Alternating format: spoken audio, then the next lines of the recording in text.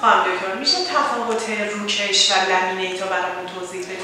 بله، دندان هایی که عصب کشی شدن به دلیل اینکه استحکام کمتری پیدا میکنن بهتره که روکش بشن.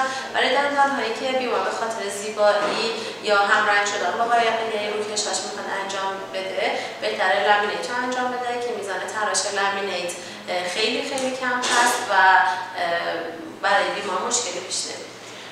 لطف می‌کنید انواع لامینیت هم برامون توضیح بدید؟ بله، لامینیت ها به دو صورت هست، لامینیت زیرکونیا و لامینیت ایمکس. در لامینیت زیرکونیا خب بستگی به بیمارمون که انتخابمون کدوم یکی از لامینیت ها باشه. استحکام لامینیت زیرکونیا خب بیشتر هست ولی خب میزان تراشمون هم روی دندون بیمار بیشتر هست.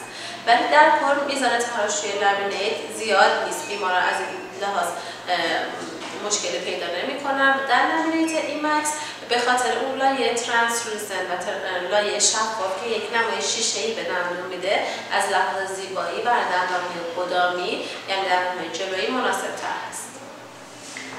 خانم دکتر از لحاظ استحکام ها هم تفاوتی پیدا میکنن؟ نه، اگه درست انتخاب بشه توی بیمار که کدوم یکی از دندوناشون هستن، نه استحکام ها میتونن جفتشون خوب باشن. بستگی به بیمار و اوکلوژنی که داره هر کدومش ممکنه انتخاب بشه. این درمان لامینیت دکتر نیاز به ریموو و پالیش و یا اقدامات بعدی پیدا میکنه یا نه؟ لامینیت چون جنس سرامیکی داره، نه نیاز به پالیش نداره بیمار و مشکلی پیدا نمیکنه. متشکرم.